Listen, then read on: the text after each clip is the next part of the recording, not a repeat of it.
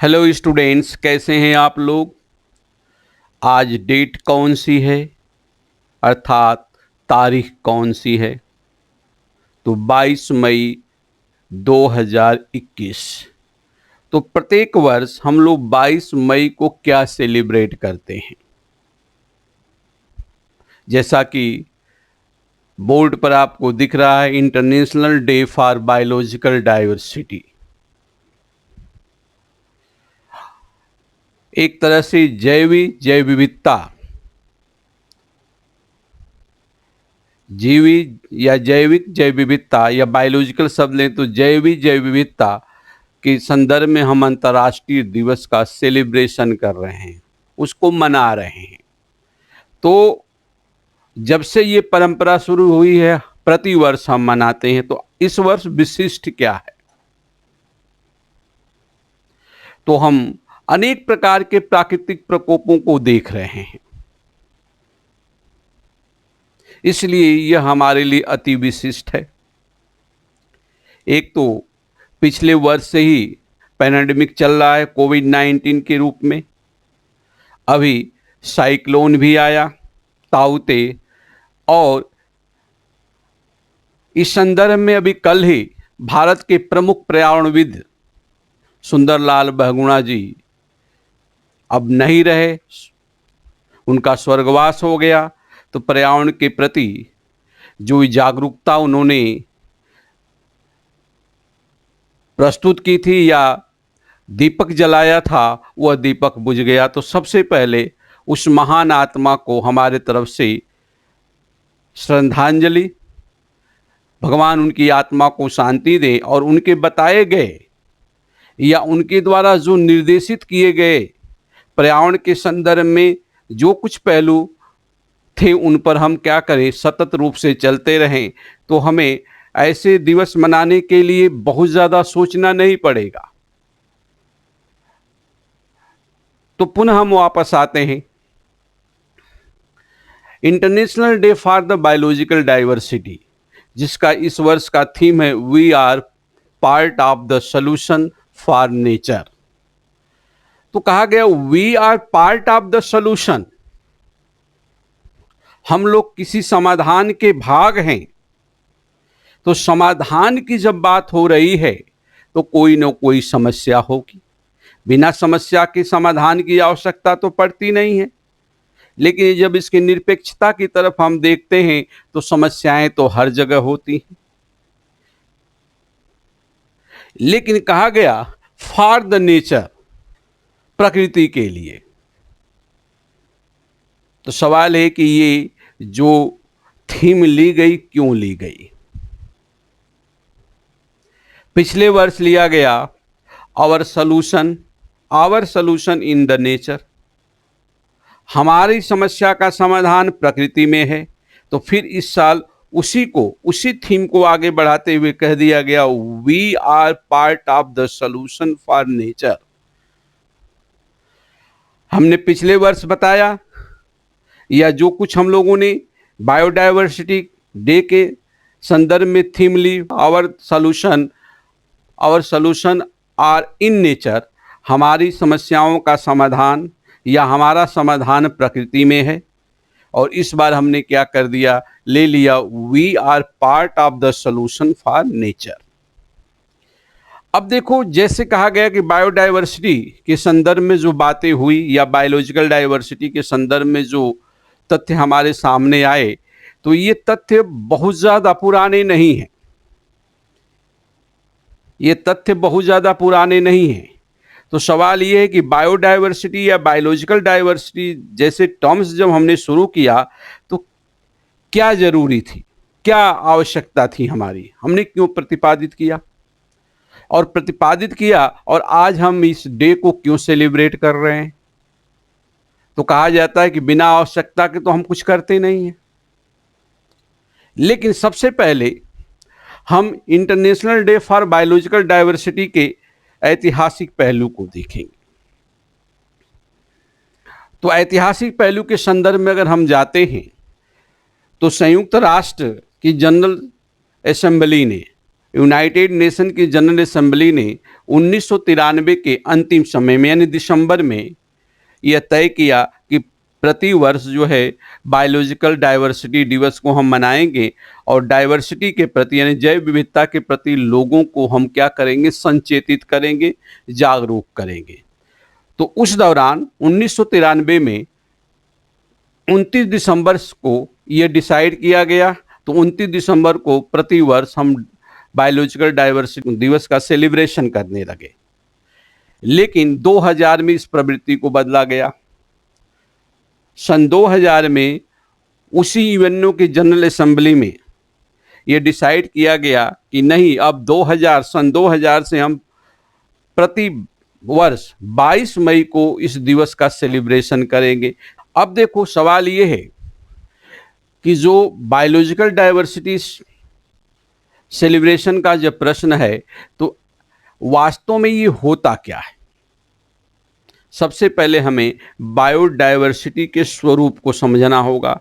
जब इसके स्वरूप को हम समझ लेंगे, तब इसके स्वरूप को समझ लेंगे और इसके महत्व को समझ लेंगे, तब हम संरक्षण की बात करेंगे और पुनः वापस हम आ जाएंगे इस इंटरनेशनल डे के ऊपर कि इसके पीछे जो मौलिक उद्देश्य है वो क्या है। तो अगर हम बात करते हैं कि बायोडाइवर्सिटी होती क्या है, तो ये पृथ्वी के पर्यावरण में जो बायोलॉजिकल पहलू है, कहने का मतलब पृथ्वी के पर्यावरण में जैविक अजैविक दोनों का संघटक हैं।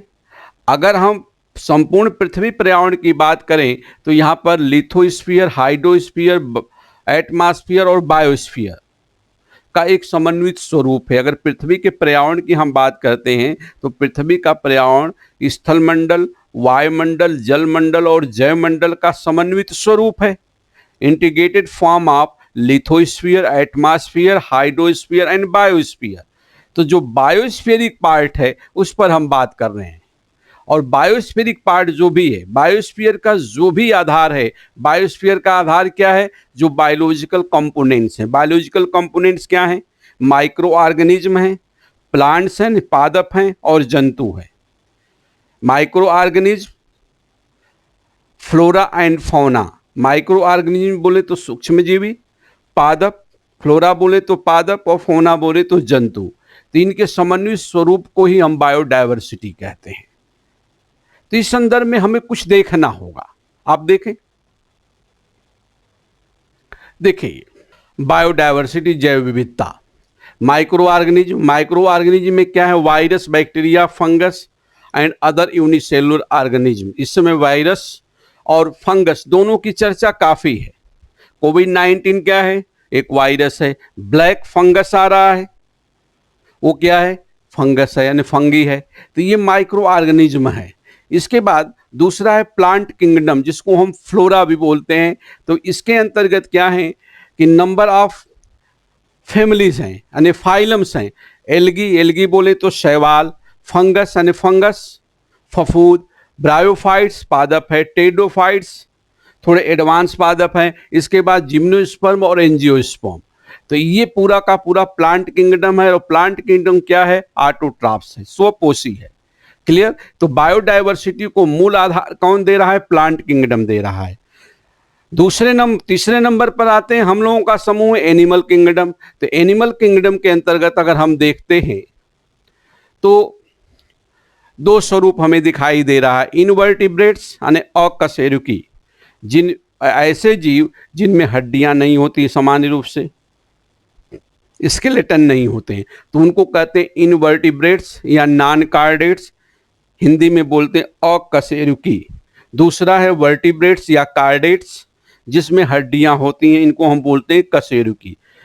इनवर्टिब्रेट्स में 9 फाइलम्स हैं और एक एक फाइलम्स में हजारों प्रजातियां हैं, जिसमें सबसे पहले जो सूक्ष्मजीवी यूनिसेलुलर एनिमल्स आते हैं, प्रोटोजोवंस। इसके बाद आप देखें यहाँ पर पोरीफेरियंस, जिसमें स्पंजेज आते हैं, सिलेंट्रेट्स जिसमें कोरल्स आते हैं, प्लेटीहेलमिन्थीज, इसमें बड़े बड़े कृमि आती हैं, जैसे फीता कृमि, लोगों के पेट में भी पाई जाती है, टीनिया सोलियम या फ्लैटवर्म कहते हैं, नेमोटोडा, एस्केरिस वगैरह आते हैं। एनिलिडा, एनिलिडा में अर्थवर्म आता है, केचुआ।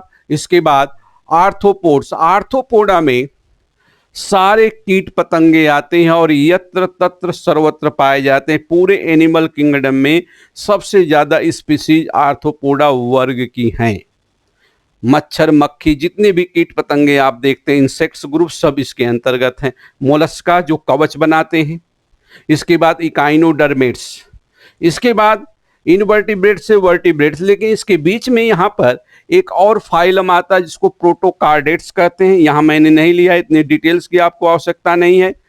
तो इनके मध्य होता है प्रोटोकार्डेट, जिसमें इनवर्टिब्रेट्स और वर्टिब्रेट्स दोनों के गुण होते हैं। अब इनमें हड्डियां विकसित हुई तो वर्टिब्रेट्स, तो वर्टिब्रेट्स में जो क्लासेज आए वो नंबर 1 क्लासेज पाइसेज यानी फिशेज, जिसमें मछलियां होती हैं। इसके बाद एम्फीबिया, एम्फीबिया में वो जीव जंतु आते हैं जल स्थल दोनों पर रहते हैं, जिसको उभयचर कहते हैं। इसके बाद रेप्टिलिया यानी सरीसृप जो रेंग कर चलते हैं। फिर एविज यानी पक्षी वर्ग, मैमेलिया यानी स्तनधारी वर्ग। तो इतने जब स्वरूप को हम देखते हैं जीवों के, जिसमें माइक्रो ऑर्गेनिजम्स हैं, virus, bacteria, fungus and other unicellular organism, जो इधर भी दिख रहे हैं लेकिन यूनिसेलुलर्स हैं। यहाँ पर जो हमने एल्गी एंड फंगस लिया इस प्लांट में, तो ये क्या है, मल्टी सेलुलर कम्प्लेक्स है, लेकिन इसमें जो यूनिसेलुलर वो आएंगे। Clear. Plant kingdom, micro organisms यानी सूक्ष्म जीवी, प्लांट किंगडम पादप समूह, एनिमल किंगडम यानी जंतु समूह, इस सबको मिलाकर जो एक समुच्चय बनता है उसको हम कहते हैं जैव विविधता। और जैव विविधता के अंतर्गत जो एक समन्वित मोज़ेक है, संघटक है, वो व्यवस्थित है, जिसको प्रकृति ने व्यवस्थित किया है। अगर उसी आधार पर ये व्यवस्थित रहें तो प्राकृतिक प्रक्रियाएं समान रूप से संचालित होती रहेंगी। वर्तमान में अगर हम देखते हैं, जो वैज्ञानिकों ने सूचना दी कि माइक्रो ऑर्गेनिज्म, प्लांट किंगडम और एनिमल किंगडम, कहने का मतलब माइक्रो ऑर्गेनिज्म, प्लांट और एनिमल की जो जीव जातियां, उनके अब तक 8.7 मिलियन स्पीसीज ज्ञात हैं, माने हैं। जो वैज्ञानिकों ने बताया और भी ज़्यादा हो सकती हैं, लेकिन जो ज्ञात है लगभग 2 मिलियन तक ही लोगों ने पहचान की है कि ये जीव जातियां हैं। तो इनके समुच्चय को हम जैव विविधता कहते हैं। अब जैव विविधता एक तंत्र हो गया, तो हर तंत्र में ऊर्जा का स्थानांतरण होता है और हर तंत्र सक्रिय होता है। तो सक्रियता का मूल कारण है कि ऊर्जा ली जाती है और दी जाती है। ली गई और दी गई, तो ऊर्जा आएगी और जाएगी, स्थानांतरित होगी। तो ये स्थानांतरण की प्रक्रिया कैसे चली, तो देखो ये बायोलॉजिकल जो एस्पेक्ट हैं, जिनको हम कहते हैं बायोटिक कंपोनेंट। तो प्रत्येक इकोसिस्टम में, इकोसिस्टम का नाम सुना होगा, पारिस्थितिकी तंत्र में एक एबायोटिक कंपोनेंट होता है, दूसरा बायोटिक कंपोनेंट होता है। तो यहाँ बायोटिक कंपोनेंट की बात होती है, लेकिन बायोटिक कंपोनेंट पूर्णतः एबायोटिक कंपोनेंट के ऊपर निर्भर होता है। तो अगर एबायोटिक कंपोनेंट में भी कुछ परिवर्तन आ जाएगा तो बायोटिक कंपोनेंट क्या होगा, प्रभावित होगा। जैसे स्थलमंडल, वायुमंडल और जलमंडल। किसी क्षेत्र विशेष की मृदा में परिवर्तन आ जाए, किसी क्षेत्र विशेष की वायु में परिवर्तन आ जाए, किसी क्षेत्र विशेष के जल में परिवर्तन आ जाए, तो ये बायोटिक कंपोनेंट पूर्णतः प्रभावित होंगे। कहने का तात्पर्य ये हुआ कि जितना भी बायोलॉजिकल एस्पेक्ट है या बायोडाइवर्सिटी के एस्पेक्ट हैं, totally depend upon the abiotic components. जैसी मृदा होगी वैसे ही पादप होगा, आगे अभी हम देखेंगे। तो इनके ऊपर निर्भर, अगर उसमें भी परिवर्तनशीलता है तो ये प्रभावित होंगे। साथ में अगर इनके क्रम को हम देखें तो जैसे वायरस है, बैक्टीरिया है, एल्गी है से लेकर फंगस है, ब्रायोफाइट्स है, टेडोफाइट, जिम्नोस्पर्म, एंजियोस्पर्म, फिर जीव जंतुओं में निम्न से हम हायर की तरफ जाते हैं। तो जो नीचे होते हैं, जो पहले होते हैं, वो जीवन का आधार होते हैं।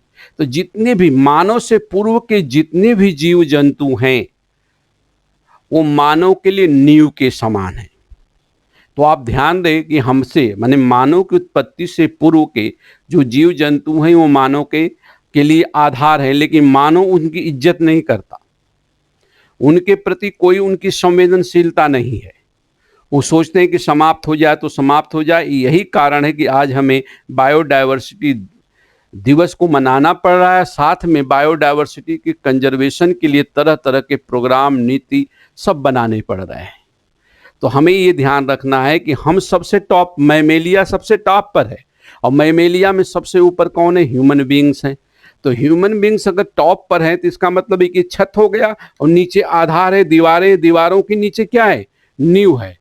तो ये सारे जीव जंतु हमारे बायोडायवर्सिटी में जब हम टॉप पर हैं तो बायोडायवर्सिटी रूपी मकान के ये नींव हैं, और हम क्या है? रूफ, कहने का मतलब छत हैं। तो अगर दीवार ढह जाएगी, नींव गिर जाएगी तो हम कहाँ रुकेंगे? तो इस तथ्य को हमें जानना होगा। यही कारण है कि इन संदर्भ को समझते हुए यूएनओ जनरल असेंबली ने भी ये स्वीकार किया कि वर्तमान में ज़रूरी है कि हम टेक्नोलॉजी यानी प्रौद्योगिकी के रूप में बहुत ज़्यादा विकसित हो चुके हैं, लेकिन इसके बावजूद भी मानवता तभी चलेगी जब हम जिस क्षेत्र विशेष में रहते हैं वहाँ का जो इकोसिस्टम है हेल्दी हो और संवेदनशील हो। अगर वहाँ का इकोसिस्टम अनहेल्दी हो जाएगा, उसमें संवेदनहीनता आ जाएगी, तो मानव का अस्तित्व तो कभी भी बचेगा नहीं। तो यही कारण है कि ये जागरूकता अभियान चलाए गए। क्लियर? तो बहरहाल हम इसको देखते हैं। अब कैसे देखते हैं? देखो, ये देखो आप, ये पूरा का पूरा एक बायोडायवर्सिटी के अंतर्गत इकोसिस्टम का एक स्वरूप लिया गया। हमें पता है ये प्लांट है, ये स्वपोषी है। ये क्या है? स्वपोषी है। अब देखें इस डायग्राम में बायोडायवर्सिटी से संबंधित सारे तत्व हमें दिखाई देंगे। ये सॉयल है। सॉयल को क्या कहते हैं? The biological factory. क्या कहते हैं? The biological factory. इसमें जल और खनिज हैं, यह भी एबायोटिक कंपोनेंट है। वाटर और मिनरल क्या हो गए? बायोटिक कंपोनेंट है। सन एनर्जी आ रही है, एबायोटिक कंपोनेंट है। इधर से कार्बन डाइऑक्साइड आ रही है, एबायोटिक कंपोनेंट है। तो इन सारे एबायोटिक कंपोनेंट को पादप जड़ के माध्यम से और जो हरी पत्तियां हैं या स्टेम उनके माध्यम से कंज्यूम करता है। सामान्य भाषा में अगर बायोलॉजिकल भाषा लेते हैं तो उसको एसिमिलेट करता है, स्वांगीकृत करता है, और फिर उनको लेने के बाद यहाँ आप देखें कार्बन डाइऑक्साइड कहाँ से लिया? एटमॉस्फेयर से। फिर जल कहाँ से लिया? सॉइल से। और जल के साथ साथ ये मिनरल्स लिया, और ये क्लोरोफिल इसके पास है। सनलाइट कहाँ से लिया? सूर्य से, जो इंसुलेशन आ रहा है। फिर यहाँ पर एक बायोकेमिकल रिएक्शन हुआ जिसको हम उपचयन रिएक्शन कहते हैं, रिडॉक्स रिएक्शन, जहाँ सब कुछ जुड़ते हैं। तो क्या बना? C6H12O6। ये ग्लूकोज है और यही फूड होता है। इसके साथ साथ इसने ऑक्सीजन बनाया और ऑक्सीजन को लिबरेट किया और जल भी बनाया। इस पूरी प्रक्रम को हम कहते हैं, जो बायोकेमिकल रिएक्शन हो रहा है, फोटोसिंथेसिस, प्रकाश संश्लेषण। तो पादप क्या है? प्रकाश संश्लेषणी है, ये स्वपोषी हैं। अब जब ये स्वपोषी होते हैं तो ये हमारे लिए आधार देते हैं। अब आधार दिए तो सभी प्रकार के जीव जंतुओं के लिए। तो ये स्वपोषी हैं, और स्वपोषी के साथ साथ ये क्या है? प्रोड्यूसर हैं, उत्पादक हैं। और इनके ऊपर क्या हैं? हम देख रहे हैं प्राइमरी कंज्यूमर जो शाकाहारी हैं, सेकेंडरी कंज्यूमर जो सामान्य मांसाहारी हैं, फिर टर्सरी कंज्यूमर जो क्या होंगे? टॉप क्या होंगे? मांसाहारी होंगे, कार्निवोरस। जैसे कि सामान्य उदाहरण दिया गया, रैबिट है, रैबिट को फॉक्स खाया, फॉक्स को लायन।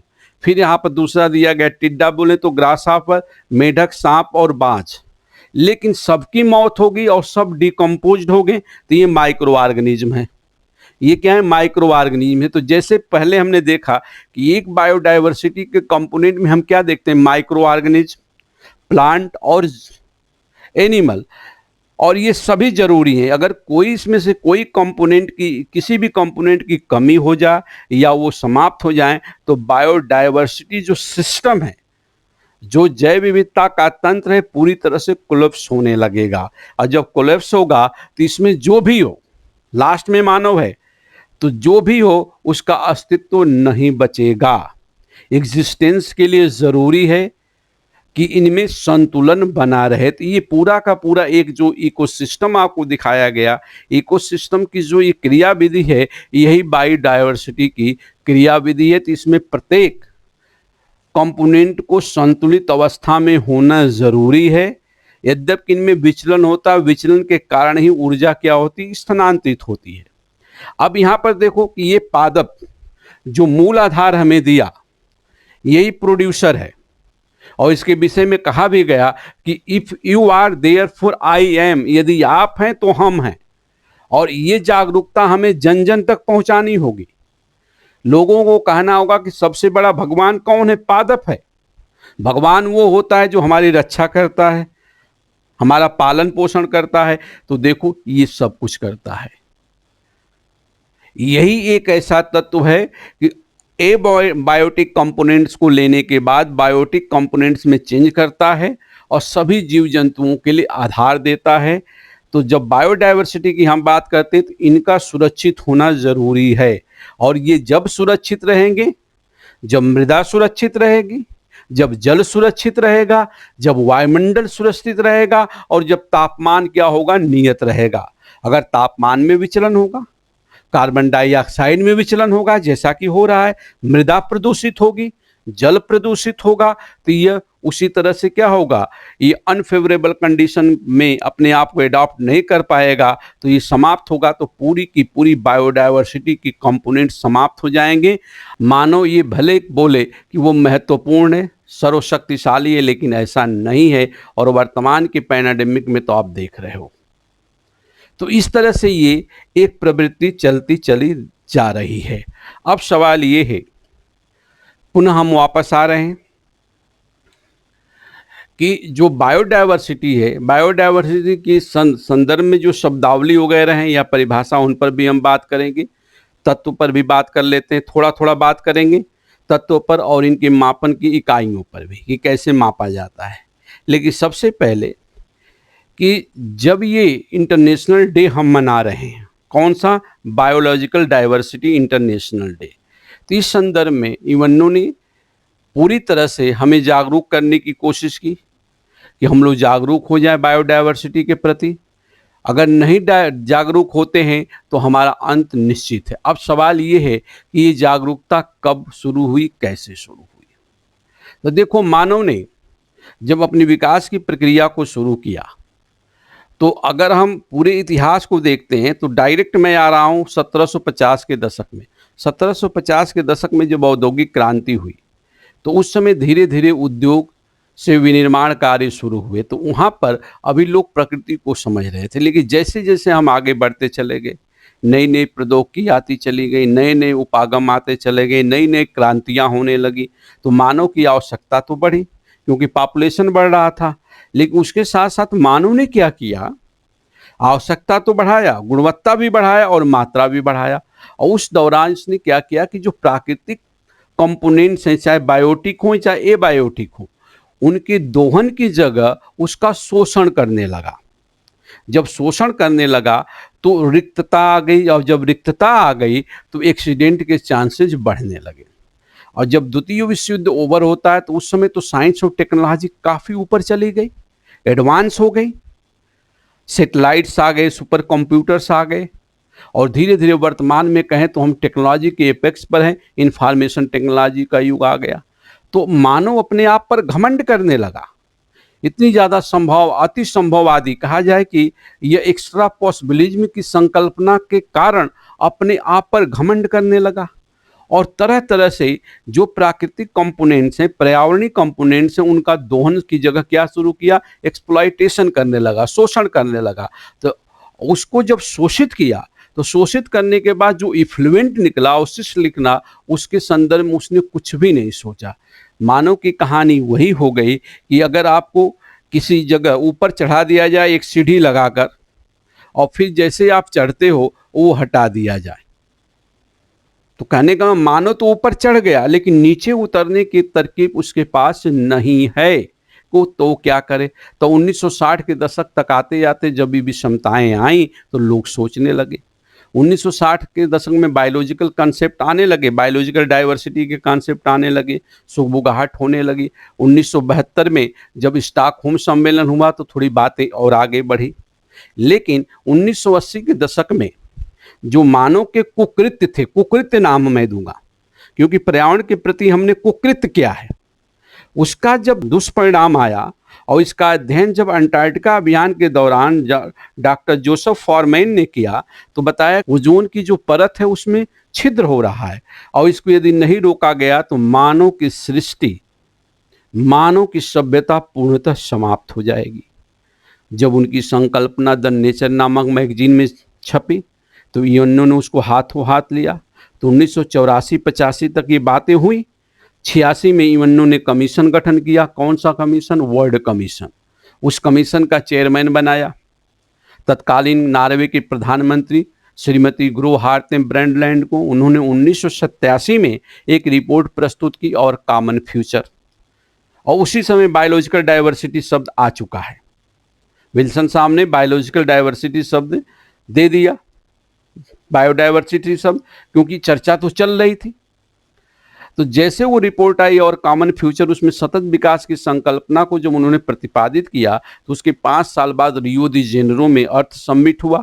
तो उसमें जैसा कहा कि रियो एजेंडा 22 लागू हुआ, जिसमें कहा गया कि सतत विकास के लिए जैव विविधता का संरक्षण जरूरी है।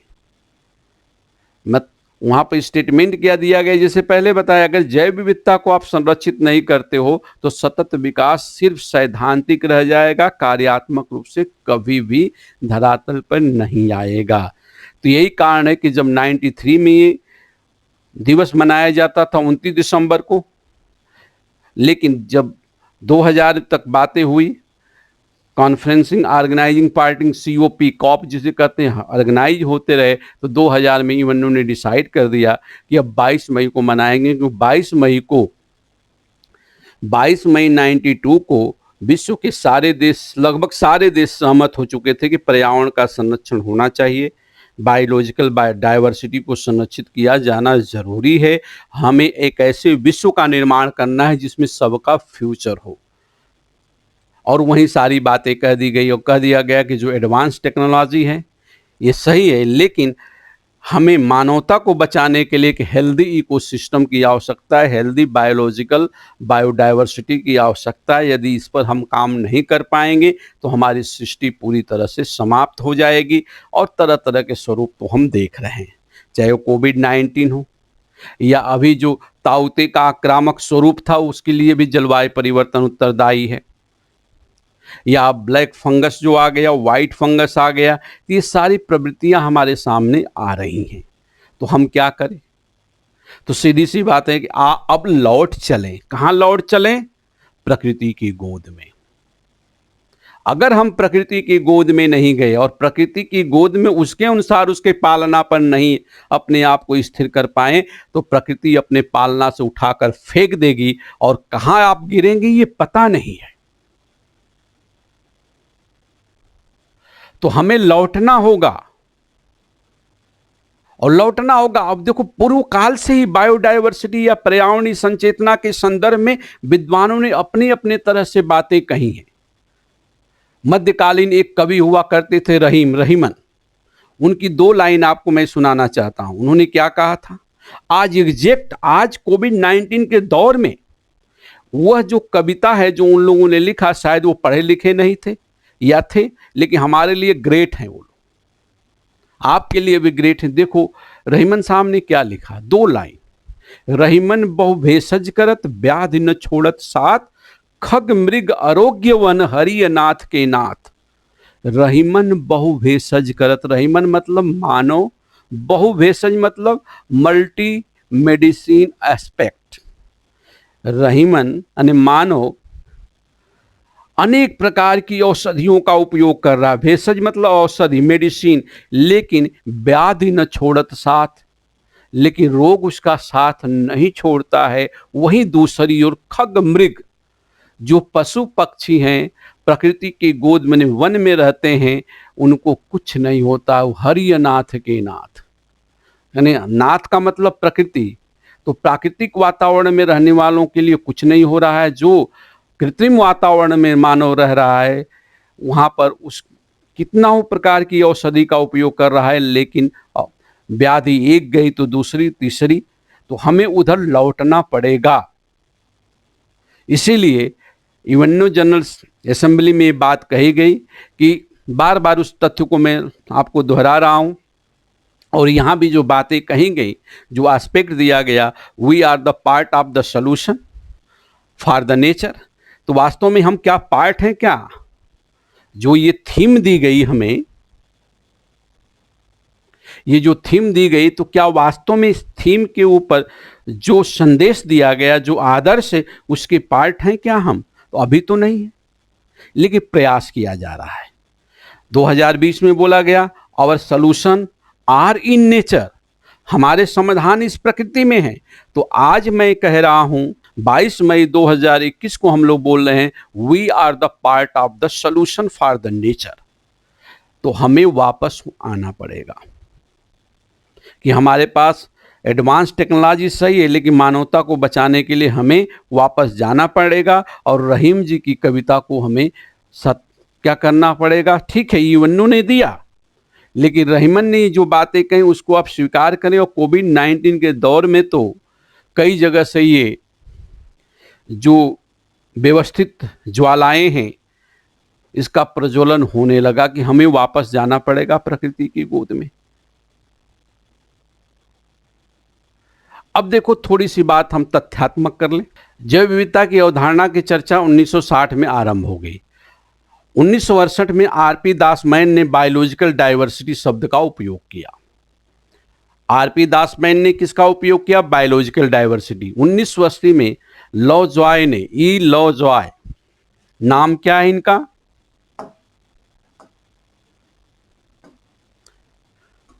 लॉजॉय ने जीवी जैव विविधता शब्द का उपयोग किया। और 1986 में बोला ना कि जब सतत विकास की संकल्पना पर काम हो रहा था, और कॉमन फ्यूचर वर्ल्ड कमीशन और कॉमन फ्यूचर की जो दोनों की रिपोर्ट के मध्य में ही क्या आ गया, 1986 में वाल्टर जी रोजन ने जैव विविधता शब्द का उपयोग किया, बायोडायवर्सिटी। और ओ विल्सन साहब ने जैव विविधता को प्रचारित किया, शब्द को प्रचारित किया। अब जहां तक परिभाषाओं का संदर्भ में, तो जैसे मैंने बताया कि किसी भी क्षेत्र विशेष में या होलिस्टिक प्लानेट की बात कर लें, सूक्ष्मजीवी, माइक्रो ऑर्गेनिज्म, पादप समूह, फ्लोरा ग्रुप और फौना यानी जंतु समूह के समन्वित समुच्चय को ही जैव विविधता कहते हैं।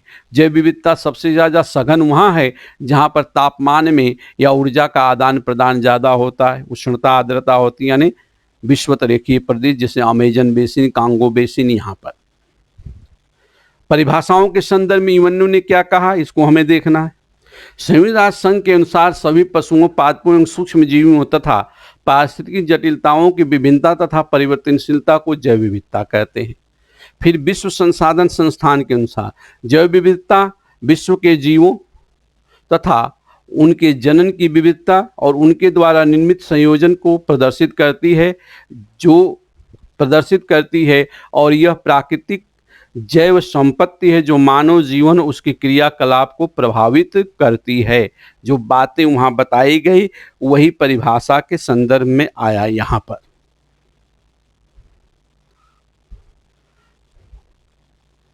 देखो जैव विविधता के तत्व क्या हैं। देखिए 4 तत्व दिखाई देंगे, एक एक करके हम देखते हैं। जननिक विभिन्नता, यह किसी पारिस्थितिक तंत्र की जैव विविधता की समृद्धि को निर्धारित करती है, क्योंकि यह जीवों की आबादी, जनन प्रक्रिया, उत्पादकता, अनुकूलनशीलता, सहजीविता तथा जीवन क्षमता इत्यादि का निर्धारण करती है। दूसरा है स्पीसीज वेरिएशन, प्रजाति विभिन्नता, यह किसी निश्चित पारिस्थितिकी में पादप समूह तथा सूक्ष्म जीवों के समुदाय की प्रजाति विभिन्नता को प्रदर्शित करती है। तीसरा है कालिक विभिन्नता, टेम्पोरल, यह यानी समय के अनुसार यह जैविक समुदायों के अनुक्रमिक विकास के विभिन्न अवधि का सूचक है। चौथा है पारिस्थितिक तंत्र विविधता, इसका संबंध किसी निश्चित या विशिष्ट पारिस्थितिकी तंत्र से होता है, चाहे वो सागरी हो, स्थलीय हो, रेगिस्तानी हो, पर्वतीय हो, घास के मैदान का हो। इसके बाद इनके प्रकार को हम देखते हैं। देखिए जैव विविधता के प्रकार, तो एक जननिक जैव विविधता है, जेनेटिक। इस प्रकार की विविधता जननिक कारकों पर निर्भर करती है, जैसे जीन। किस पर निर्भर करती है? जीन के ऊपर। वास्तव में जननिक विविधता जीवों की प्रजातियों के जीन की विविधता के आधार पर देखा जाता है। इसे प्रजाति जैव विविधता स्पीशीज में किसी पारिस्थितिकी तंत्र के जीवों के समुदायों के प्रजातियों के प्रकार तथा उनकी परिवर्तनशीलता से संबंधित होते हैं। जहां पर जैव विविधता अधिक होती है उसे जैव विविधता हॉटस्पॉट कहते हैं। जैव विविधता हॉटस्पॉट कहते हैं। परितंत्रीय जैव विविधता, इकोसिस्टम बायोडायवर्सिटी, यह परितंत्र से संबंधित होती है जहां अलग अलग परितंत्रों में अलग अलग स्वरूप प्रदर्शित करती है या प्रदर्शित होता है, जैसे सागरी जैव विविधता, स्थलीय जैव विविधता। स्थलीय में आ गए तो वनीय जैव विविधता, घास के मैदान की जैव विविधता, रेगिस्तानी क्षेत्रों की जैव विविधता। इस तरह से अलग अलग क्षेत्रों को ये प्रदर्शित करती है। तो जैव विविधता 3 प्रकार की, जननिक जैव विविधता, प्रजाति जैव विविधता और परितंत्रीय जैव विविधता। इनका मापन भी किया जाता है। मेजरमेंट ऑफ बायोडायवर्सिटी 3 मापक हैं। अल्फा मापक, अल्फा मापक में किसी क्षेत्र विशेष में उपस्थित प्रजातियों की कुल संख्या को प्रदर्शित किया जाता है। बीटा मापक में यह परितंत्र के मध्य विविधताओं की तुलनात्मक स्थिति यानी प्रवणता को प्रदर्शित करती है, अर्थात यह परितंत्रों की विचलनशीलता को प्रदर्शित करती है। गामा यह आवास क्षेत्र में प्रजातियों की प्रचुरता को प्रदर्शित करता है। यह अंतर संबंध को भी व्यक्त करता है। वस्तुतः यह अल्फा तथा बीटा विविधता के अवयवों का गुणनफल है। गामा क्या है? अल्फा तथा बीटा जैव विविधता के जो अवयव हैं उनका गुणनफल है। वाई को यानी कहने का मतलब गामा को इस प्रकार व्यक्त करते हैं। देखिए गामा बराबर S1 प्लस S2 माइनस सी। S1 क्या है? प्रथम समुदाय में प्रजातियों की कुल आकलित जनसंख्या। S2 है द्वितीय समुदाय में प्रजातियों की कुल आकलित संख्या। द्वितीय समुदाय में प्रजातियों की कुल आकलित संख्या। और सी है दोनों समुदायों में उभयनिष्ठ प्रजाति। तो इसको हम कैसे प्रदर्शित करते हैं? S1 प्लस S2 माइनस सी, जिसमें हम अल्फा बीटा जो जैव विविधता है दोनों के तत्वों को सम्मिलित करते हैं। अब देखो, we are part of the solution. अब इस संदर्भ में जब हम इस समाधान के भाग हैं तो हम क्या कर सकते हैं?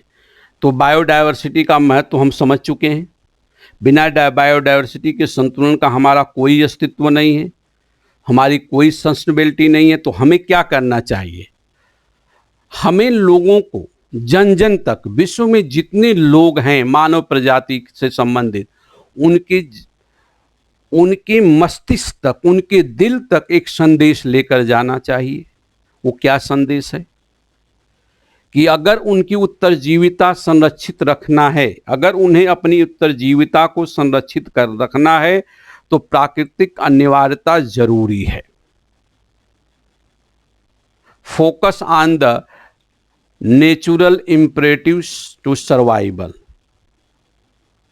Focus on the natural imperative to survival, अर्थात उत्तरजीविता के लिए प्राकृतिक अनिवार्यता जरूरी है। हमें यह संदेश जन जन तक पहुंचाना होगा, नहीं तो इतनी बड़ी बड़ी एडवांस टेक्नोलॉजी के बावजूद मानवता खतरे में है और एक दिन ये समाप्त हो जाएगी। तो मानवता को बचाने के लिए हमें एक हेल्दी इकोसिस्टम का विकास करना होगा। जब हेल्दी इकोसिस्टम विकसित हो जाएंगे तो बायोडायवर्सिटी हेल्दी हो जाएगी। जब बायोडायवर्सिटी हेल्दी होगी तो हम अपने आप स्वच्छ और हेल्दी कहने का मतलब क्लीन एंड हेल्दी वातावरण में रहने योग्य हो जाएंगे। तो इसके लिए हमें क्या करना होगा? सरकारें कर भी रही हैं। अगर हमें सतत विकास को समझना है, जानना है और उसे आगे बढ़ाना है तो बायोडायवर्सिटी की संतुलन की कीमत पर ही वो आगे बढ़ेगी। और इस संदर्भ में हम देखें तो वैश्विक स्तर पर और राष्ट्रीय स्तर पर प्रयास जारी हैं। इस बायोडायवर्सिटी के संरक्षण के लिए ही अंतर्राष्ट्रीय से लेकर राष्ट्रीय स्तर तक नेशनल पार्क्स स्थापित किए जा रहे हैं। National parks, wild life sanctuary, biosphere reserve, hot spot, wetland. अगर नेशनल पार्क्स की बात करें वर्तमान में तो विश्व में लगभग 6000 नेशनल पार्क्स हैं, भारत में 104 हैं। वाइल्ड लाइफ सेंचुरी की बात करें तो भारत में 566 वाइल्ड लाइफ सेंचुरी स्थापित हो चुकी हैं।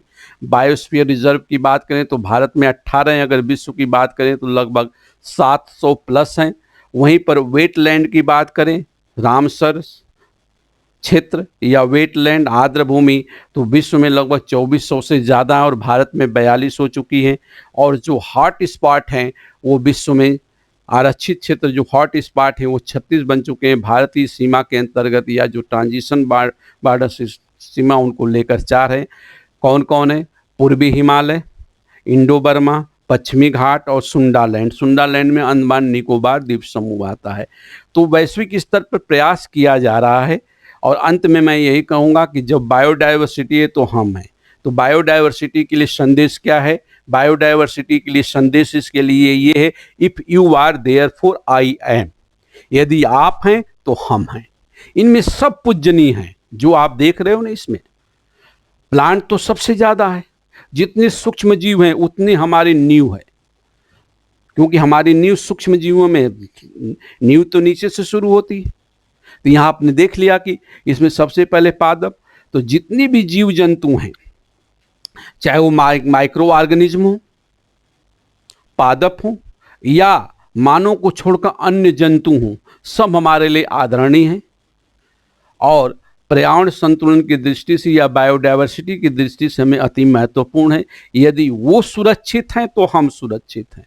इसलिए मैंने कहा if you are there for I am. तो इसके साथ ही हम आपके साथ जब हमारी आपसे बात हो रही है तो इस पैंडेमिक में तो आप समझ रहे हैं कि हमें वापस जाना है। अब लौट चलें। कहाँ लौट चलें? प्रकृति की गोद में। बहुत हुआ। अगर नहीं अभी तक अब नहीं सुधरेंगे तो कब सुधरेंगे? और नहीं सुधरेंगे तो हमारा जो अस्तित्व है ये समाप्त हो जाएगा। तो बायोडायवर्सिटी संरक्षण का जो संदेश है, विश्व के 8 अरब जो जनसंख्या, प्रत्येक व्यक्ति के कान तक जाए। कान बोले तो कान तक जाए, कान से मस्तिष्क तक और मस्तिष्क से दिल तक। अगर इनको हम समझने की कोशिश करते हैं, जब ये दिल तक जाएगा, कान से मस्तिष्क और मस्तिष्क से दिल तक जाएगा, जब इसको महत्व को हम समझेंगे, तब ये international day for biological diversity का सेलिब्रेशन हमारे लिए फ्रूटफुल होगा और हमें करना ही पड़ेगा, क्योंकि हमारे पास कोई और चारा नहीं है। हम टेक्नोलॉजिकल कितना हो एडवांस हो जाएं, हम टेक्नोलॉजी में कितने एडवांस हो गए। एक छोटा सा पहलू, कौन सा पहलू? ये पहलू।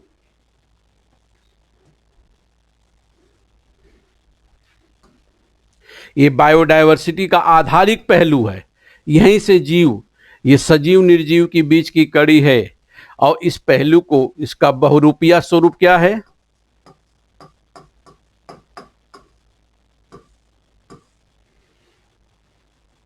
विश्व में जो टेक्नोलॉजी के रूप में, प्रौद्योगिकी के रूप में अति विकसित, कहा जाए एडवांस हैं, मानव हर जगह टेक्नोलॉजी का उपयोग कर रहा है। क्या हालत हो गई देखो। एक ऐसा प्राकृतिक तत्व जो हमारे विकास के आधार में था, यहीं से जीव शुरू हुए, इसको तकलीफ हुई, चाहे जैसे हुई, जो भी स्वरूप हो, किसने फैलाया, क्या किया, वो बात की बात है। ये तो एक बहाना है, लेकिन प्रकृति सब कुछ समझती है, सब कुछ जानती है और एक सीमा के बाद वो सब कुछ करने के लिए तैयार हो जाती है। इसलिए कहा जाता है प्रकृति शांत भी है, प्रकृति दुराग्रही भी है। तो हमने छेड़ा तो वो दुराग्रही स्वरूप दिखाने की कोशिश की, इसलिए हमें वापस जाना पड़ेगा। अगर हमें इस संसार को सुंदर बनाना है, व्यवस्थित बनाना है, तो हमें बायोडायवर्सिटी का संरक्षण करना होगा। और बायोडायवर्सिटी का संरक्षण जब होगा जब एबायोटिक कंपोनेंट भी संरक्षित होंगे, चाहे वो जल हो, मृदा हो, हवा हो, सबको संरक्षित करना पड़ेगा, सबको हमें शुद्ध करना होगा, तब कहीं हमारा आधार बचेगा। तो इस संदर्भ में जब जो बातें हमने किया कि ये हम लोगों ने लिया, तो we are part of the solution for the nature. तो जब पार्ट है इसके समस्या के समाधान के लिए, तो हमें इतना प्रयास करना होगा। कौन सा प्रयास? कि जो 8 अरब लोग हैं उनके कान में बात जाए, दिमाग में जाए, फिर दिल में जाए। क्लियर? तब हमारा ये सेलिब्रेशन क्या होगा? सार्थक होगा। Okay, thank you.